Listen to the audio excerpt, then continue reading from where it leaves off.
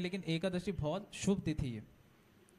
तो एकादशी को क्या कहा जाता है? माधव तिथि, है ना, जिसमें भगवान माधव का वास है। तो एकादशी क्या है कि भगवान के शरीर से ही प्रकट हुई है। तो जैसे एकादशी, जैसे इसमें तिथि है ना, एकादशी में तिथि जो है वो तिथि बताता है कि एक मंगलमय समय, एक जो तिथि का अर्थ है मंगलमय समय, और माधव का मतलब है भगवान स्वयं कृष्ण, है ना। तो इसलिए बोला जाता है माधव तिथि। अब जैसे भगवान श्री कृष्ण एक लकड़ी के रूप में विराजमान होते हैं, तो कौन होते हैं? जगन्नाथ जी। जैसा आप देख सकते हो, भगवान जगन्नाथ जी लकड़ी के रूप में विराजमान है। और जब भगवान एक स्टोन के रूप में आते हैं तो क्या होते हैं? सामने डीटी के रूप में आते हैं, जो आप सामने दर्शन कर रहे हो, है ना। और अगर भगवान जब पानी के रूप में आते हैं तो कैसे आते हैं? गंगा और यमुना के रूप में आते हैं।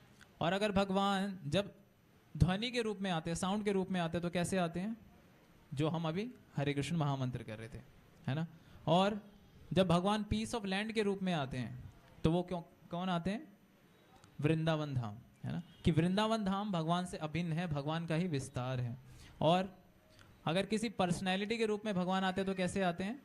गुरु के रूप में आते हैं, है ना।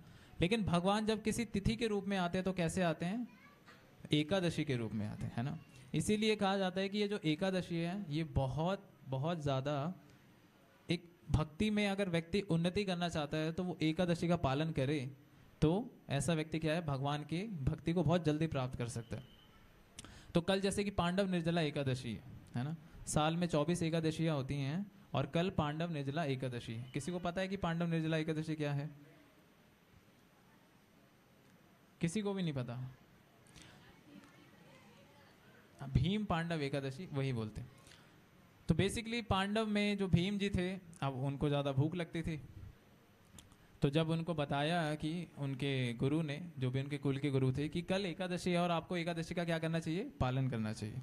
लेकिन भीम जी ने कहा कि मैं कैसे पालन कर सकता हूँ, मुझे तो बहुत ज़्यादा भूख लगती है, और साल में 24 एकादशियाँ तो मुश्किल है, मैं तो कुछ क्षण के लिए भी भूखा नहीं रह सकता।